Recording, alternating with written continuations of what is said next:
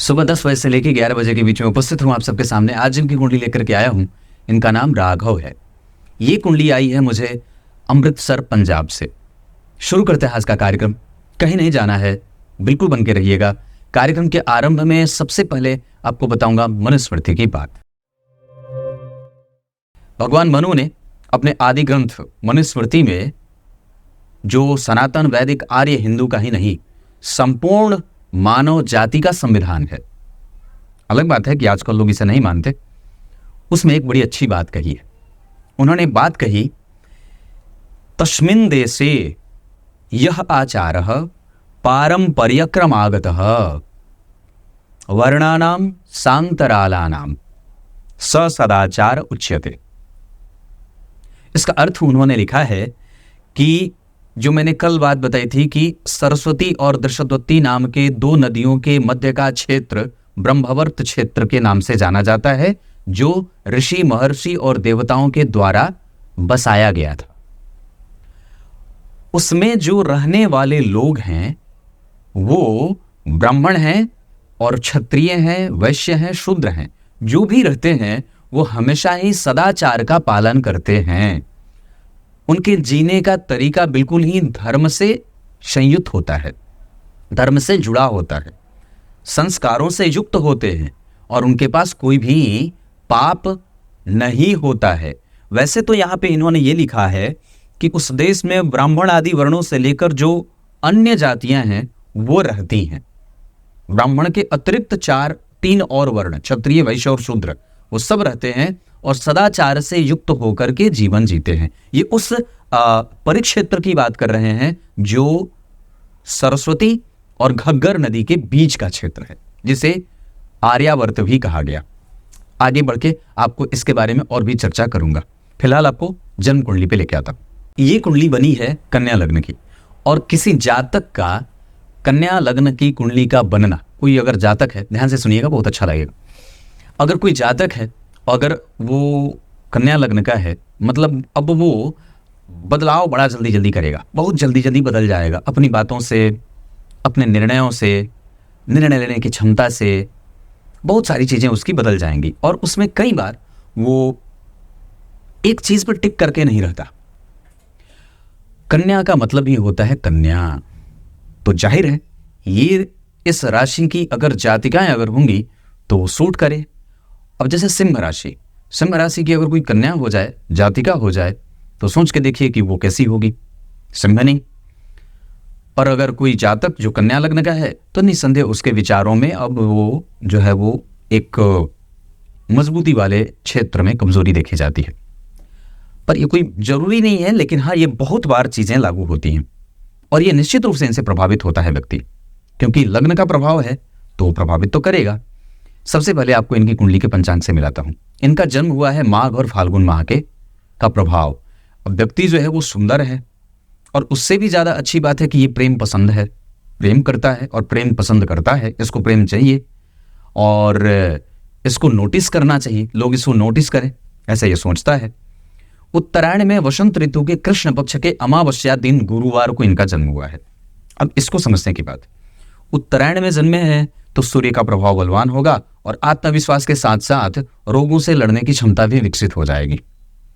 और कृष्ण पक्ष के अमावस्या के जन्मे होने से धन की समस्या उत्पन्न हो सकती है। मतलब अब वो व्यक्ति को धन कमाने में दिक्कत होती है और कई बार वो कंफ्यूज रहता है अपनी चीजों को लेकर के। और कई बार ऐसा भी होगा कि कृष्ण पक्ष के अमावस्या के होने के कारण इन्होंने एक बात बड़ी अच्छी लिखी कि पंडित जी, मैं हमेशा ही भ्रम में रहता हूँ, मेरा मन बड़ा डिप्रेशन में चला जाता है, बुद्धि काम नहीं करती है, कई बार निर्णय लेने की क्षमता प्रभावित है मेरी, अच्छे से निर्णय नहीं ले पाता हूँ और धन बचाने में दिक्कत होती है। तो ये सारी चीजें आपकी कुंडली में अगर बन रही हैं, किसी की भी कुंडली की बात करूं, तो ये अवस्था जातक को जीवन में धन रोकने में दिक्कत करती है। ये कृष्ण पक्ष के अमावस्या के चंद्रमा पापक हो जाते हैं, और जब चंद्रमा पापक होंगे तो कई तरीके से, मानसिक रूप से, आर्थिक रूप से और बौद्धिकता के मामले में भी थोड़ी बहुत कमजोरी होती है। व्यक्ति जल्दी ही इमोशनली अपने आप को क्रिएट करता है। कोई भी चीज अब वो जोड़ेगा तो उसमें इमोशन जुड़ता है और वो उसमें अपने राग अलग से जोड़ने की कोशिश करता है। वैसी स्थिति में अगर आप देखें तो इनका जन्म गुरुवार को हुआ है, जो व्यक्ति को निष्णात बनाता है, बुद्धिमान बनाता है, ज्ञानी बनाता है, वर्चस्व स्थापित करने वाला होता है, पर किसी पे अधिकार जमाता नहीं है। और वो निश्चित रूप से लंबे बृहद शरीर का होता है, सुंदर बुद्धि का होता है, सदाचरण करने वाला होता है और मार्मिक होता है, दार्शनिक होता है, धनवान होता है और गंभीर होता है। ये चीज धनिष्ठा नक्षत्र, परिध योग, चतुष्पाद कर्ण, शूद्र वर्ण और राक्षस गण। अब यहां पे व्यक्ति के अंदर जो है वो मंगल का प्रभाव बढ़ेगा, राक्षसी प्रवृत्ति बढ़ जाएगी, तामसिक बल की वृद्धि होगी। तो अपने आप को और भी ज्यादा शुद्ध बनाने की आवश्यकता होगी, श्रेष्ठ कैसे बनाना है इस पे विचार करने की आवश्यकता होगी, गंभीर कैसे बनाया जाए अपने आप को इस बात पे विचार करने की आवश्यकता है, अपने क्रोध को कैसे नियंत्रण में रखा जाए इस बात पे विचार करने की आवश्यकता है, जल्दबाजीपन की प्रवृत्ति से बचने की आवश्यकता होगी, अपने भोजन को कैसे शुद्ध और भी ज्यादा शांत बनाया जाए, बिल्कुल चटक, बहुत खट्टा, बहुत तीखा, बहुत नमकीन न भोजन बने और ना ऐसा भोजन ग्रहण करे जाए, इस बात पे ध्यान रखने की आवश्यकता होगी। क्रोध को कैसे संयमित करना है, मैकेनिज्म कैसे तैयार करना है, किसी भी काम को करने से पहले उसका ड्राफ्ट कैसे बनाना है, उसको किस फॉर्मेट में लेके आना है, ये सारी चीजें पहले ही प्री प्लान के साथ होनी चाहिए। आपका जो विकसित होने की जो बात है कि मुझे विकसित होना है, उसके लिए आपने जो तैयार किया है, जो फंडा तैयार किया है, जो उसका एक जो फॉर्मेट तैयार होता है, वो इतना बढ़िया हो कि उसमें कभी भी आगे चल करके कोई परेशानी का काम ना बने, ऐसा। क्योंकि चंद्रमा जब असंतुलन में होंगे तो निसंदेह आपको असंतुलित करेंगे, और चूंकि ऊपर से आपकी कुंडली में वो पापक भी हैं, इस वजह से और भी समस्या बढ़ जाती है। तीसरे नंबर पे आप राक्षस गण और शूद्र वर्ण के हैं, इस वजह से भी यहां से भी व्यवहारिकता थोड़ी कम होती है, हावी हो जाना, जल्दबाजीपन की प्रवृत्ति में कुछ भी प्राप्त कर लेना, सोच विचारने में दिक्कत होती है, कई बार व्यक्ति स्टडी नहीं करता है, जल्दबाजीपन की प्रवृत्ति से युक्त होकर के कोई भी निर्णय ले लेता है, ये सारी चीजें। हाँ, एक अच्छी बात यह होगी कि व्यक्ति का सेंस ऑफ ह्यूमर बहुत अच्छा होता है, वो समझता बहुत अच्छे से है और उसकी तार्किकता अच्छी होती है, लॉजिकल होता है। इसके अतिरिक्त शूद्र वर्ण और राक्षस गण के लोगों में एक बड़ी अच्छी बात यह होती है कि उनका सिक्स्थ सेंस जागृत होता है, मतलब कि भविष्य में जो भी घटनाएं घटित होने वाली हैं वो उनको पहले से पता चल जाए। जैसे यात्रा में हो या कोई भी आर्थिक नुकसान होने वाला हो, कोई भी भयंकर दुर्घटना होने वाली हो, तो या तो स्वप्न के माध्यम से या तो फिर कैसे विचारों में ये बात आने लगे या किसी भी तरीके से वो बात आपको पता चल जाए। बैठे रहें, एकांत हैं, शांत हैं, तो उसी तरीके मनोभाव बनते हैं और इस तरीके से ये बात पता चल जाती है कि मेरे साथ भविष्य में ऐसी दुर्घटना या घटना होने वाली है, चाहे वो सुखद हो चाहे वो कैसी भी हो। तो ये इनके पास एक अच्छा नेचर होता है, अच्छा एक गुण है ये इसका। इनकी कुंडली में कन्या लग्न की कुंडली बनी, पंचांग तो मैंने आपको बता दिया। कन्या लग्न की कुंडली, लग्न के अधिपति लग्नेश, मूलतः ये रोग भाव की राशि है जो लग्न में बन गई।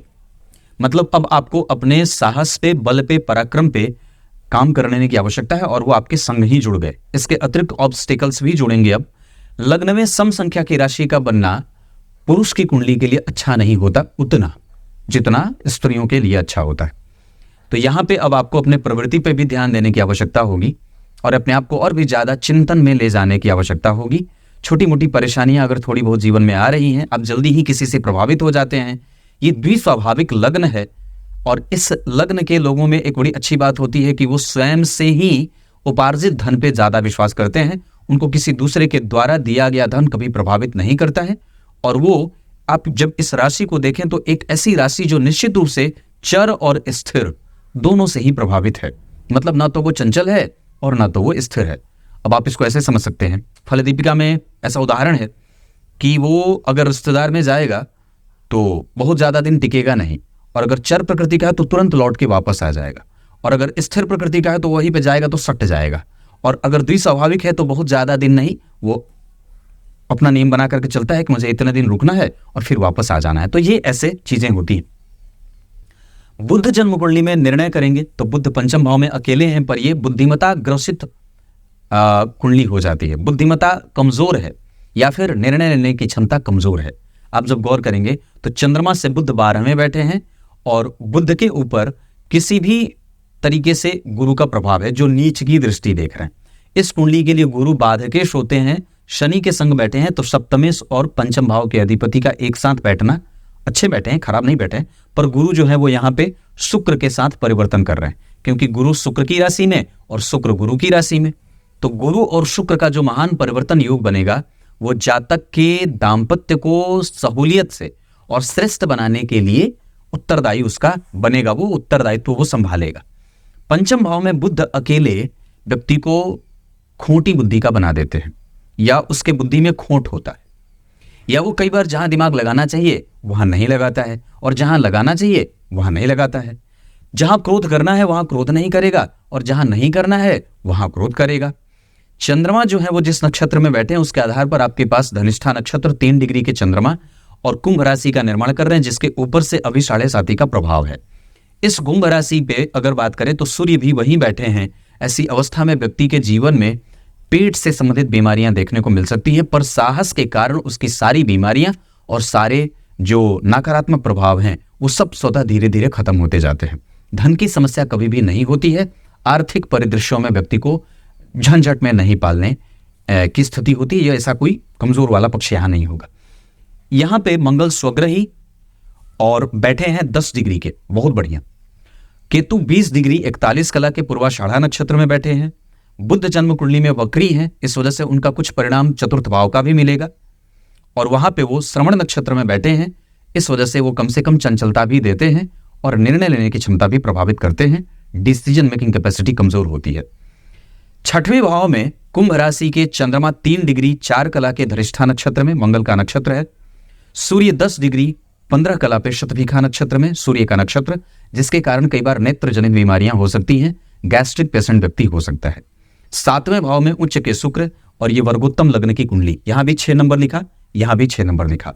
वर्गोत्तम लग्न की कुंडली इतनी नहीं आगे बढ़ती है जितनी आप सोच सकते हैं, ये इतनी ज्यादा आगे बढ़ जाती है जितना आप सोच नहीं सकते। एकमात्र वर्गोत्तम लग्न व्यक्ति को सर्वस्व देने वाला होता है। इसके अतिरिक्त आपकी कुंडली में सप्तम भाव में 20 डिग्री के रेवती नक्षत्र के जो शुक्र हैं, रेवती का मतलब ही होता है धनी। क्या होता है? रेवती का मतलब होता है धनी, धनवान। ये धनवान ही होगा। शुक्र पत्नी और रेवती नक्षत्र में व्यक्ति को सुंदर, सुशील, श्रेष्ठ, कुलीन और बेहतर ही नहीं, बहुत ही ज्यादा अच्छी पत्नी का योग बनता है। धनवान और धनाढ्य, लक्ष्मी संपन्न। सप्तम भाव के अधिपति शुक्र वहां उच्च के, सप्तम भाव के अधिपति का परिवर्तन योग बना, भाग्यशाली योग। अष्टम भाव खाली है। नवम भाव में गुरु 8 डिग्री 38 कला कृतिका नक्षत्र और शनि 0 डिग्री 57 कला के इस कुंडली के पंचमेश अस्त हैं, पर पंचमेश नवम भाव में बैठे हैं। कम से कम ये अपने आप में एक योग बनेगा। गुरु के संग बैठे हैं तो व्यक्ति को सरकारी संपत्ति और पिता का सुख, पिता का लाभ और उनका सुख बढ़ाने वाला बनेगा। पूर्वजों का आशीर्वाद व्यक्ति के पास यूं का यूं है। और मैं एक बात कर दूं तो यहाँ पे ये बहुत अच्छी बात है कि कम से कम गुरु और शनि बैठे हैं, जो इस कुंडली के लिए चतुर्थ और पंचम के अधिपति होने के साथ साथ 6वें और 7वें भाव के भी अधिपति होते हैं।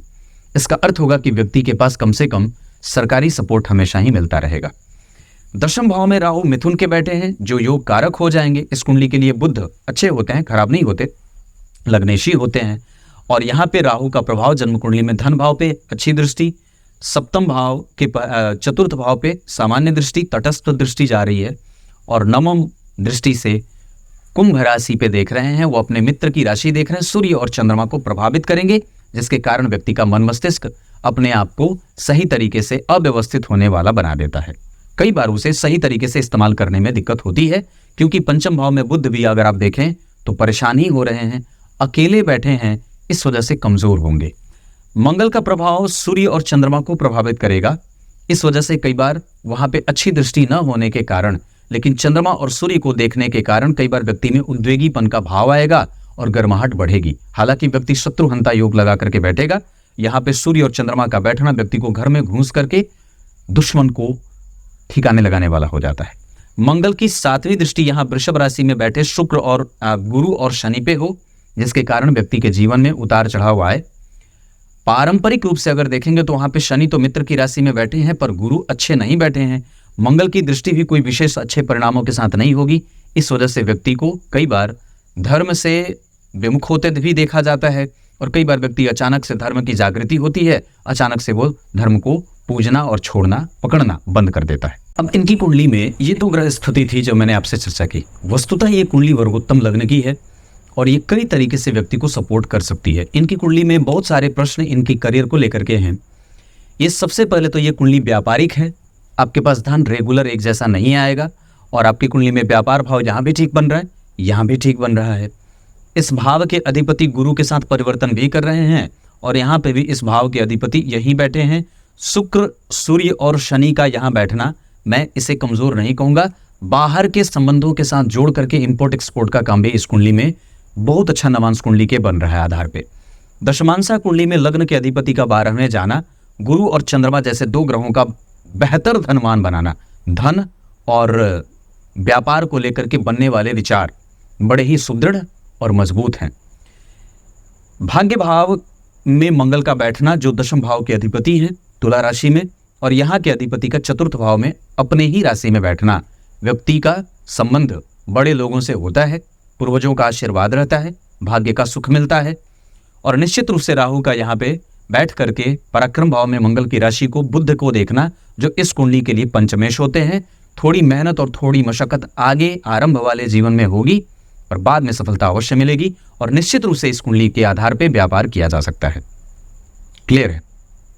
इस कुंडली के आधार पे चूंकि जो स्थिति मैं देख रहा हूं उसके आधार पर शनि कृतिका नक्षत्र में और मंगल अनुराधा नक्षत्र में, शनि का प्रभाव इस कुंडली के लिए कमजोर नहीं है।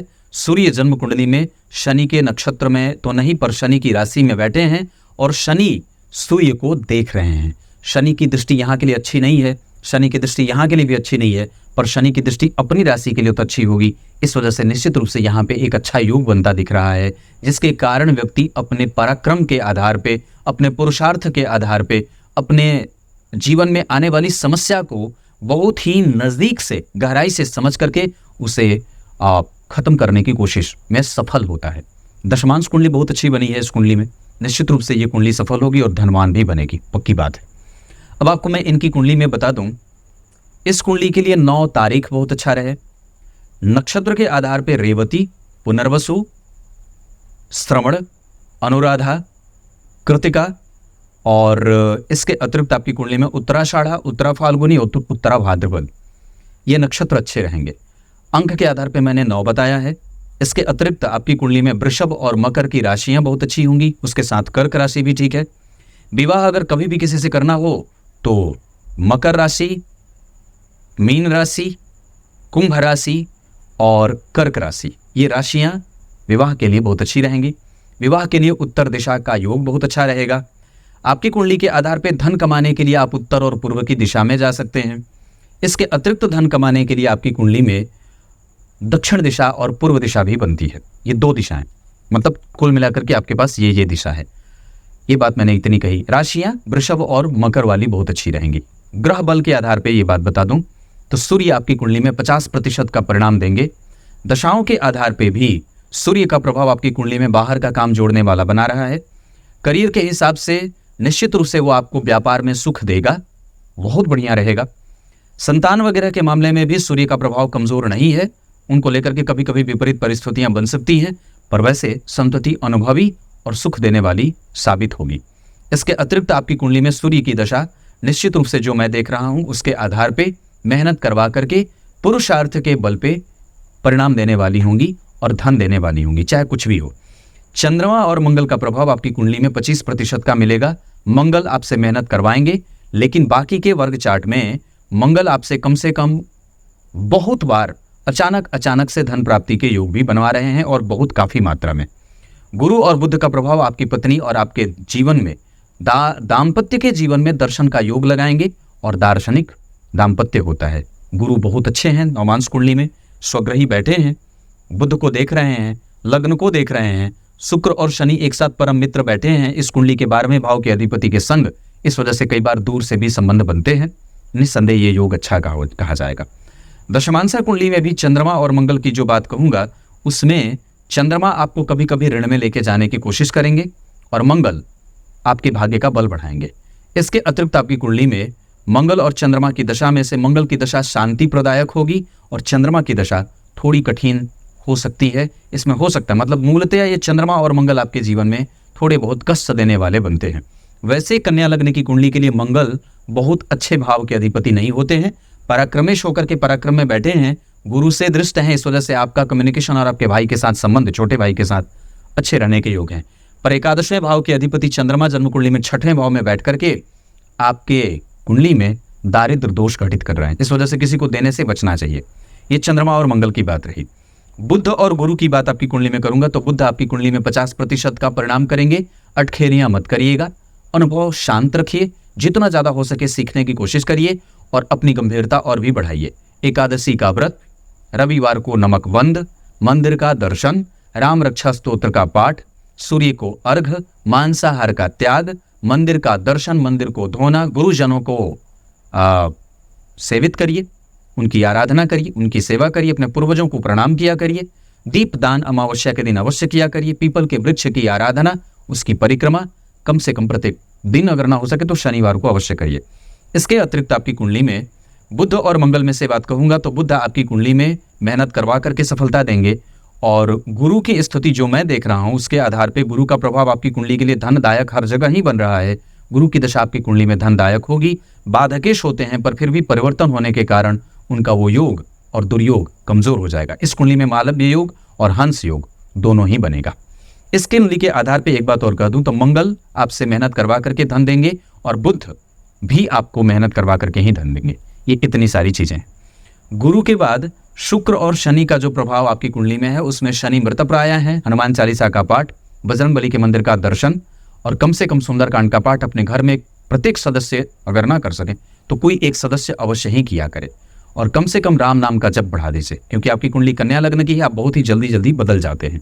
शुक्र और शनि में से शनि को बल देना होगा।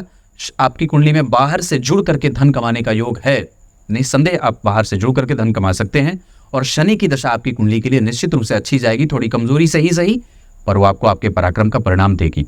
भाग्य का सुख शनि की दशा में मिलेगा और आपके अंदर प्रैक्टिकलिज्म का गुण भी बढ़ेगा। इसके अतिरिक्त आपकी कुंडली में शनि की दशा का प्रभाव आपको व्यवहारिकता का ज्ञान भी देने वाला बनेगा। राहु और केतु आपकी कुंडली में आधे अच्छे और आधे बुरे परिणाम करेंगे। अब इस कुंडली में धन योग गिनाते हैं। लग्न के अधिपति का पंचम में जाना धन योग है, धन के अधिपति का सप्तम में आना धन योग है अपने व्यापार से। तृतीय भाव के अधिपति का तृतीय में बैठना कम्युनिकेशन और आपका संचार, ऊपर से गुरु और शनि की दृष्टि थोड़ी उधेड़ उनके साथ परंतु लाभदायक। चतुर्थ भाव के अधिपति का नवम में बैठना संपूर्णतया महाभाग्यशाली योग। पंचम भाव के अधिपति का नवम में बैठना संपूर्णतया श्रेष्ठ भाग्यशाली, संतान का सुख। पर यहाँ पे बुध अकेले बुद्धि को भ्रम में रखते हैं, निर्णय लेने की क्षमता प्रभावित होती है, व्यक्ति डिप्रेशन में जाता है। इससे बचने के लिए मैंने जितने उपाय किए हैं और बताए हैं उतना करिए। छठे भाव की स्थिति आपकी कुंडली में ठीक है, आप साहसी हैं, ये बात आपको पता होनी चाहिए। आपका बल कभी भी कमजोर नहीं पड़ेगा, धन के लिए आपका कोई भी काम कभी भी नहीं रुकेगा। सप्तम भाव में शुक्र का उच्च का होना और निश्चित रूप से यहाँ पे गुरु और शनि के कारण मालव्य भंग नहीं होगा और नहीं चंद्रमा कमजोर है, इस वजह से कमजोरी अवश्य आ सकती है, क्योंकि कोई भी राजयोग तभी परिणाम विस्तृत देता है जब चंद्रमा के पास बल हो।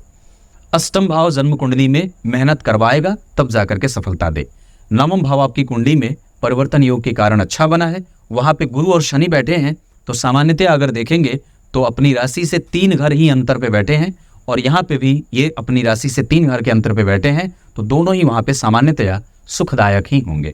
दशम भाव में राहु का बैठना आपको विस्फोपड़ा के दिमाग वाला, बहुत ही विस्तार और विस्तारवादी नीति, महत्वाकांक्षी और सबके माथे पे बैठने के लिए बेसब्र रहने वाला बना देता है। एकादशवां भाव दरिद्र दोष बनाया है। चंद्रमा और बुध और मंगल थोड़े थोड़े इस कुंडली में कभी कभी कमजोर होंगे और बुध तो खैर सामान्यतया ही है, पर 12वें भाव के अधिपति जन्म कुंडली में सूर्य हैं, 6वें में बैठ करके वापस 12वें को देख रहे हैं, ऋण मुक्ति में लाभ मिलेगा। चाहिए बोल दिया, तब तक के लिए बहुत बहुत नमस्कार।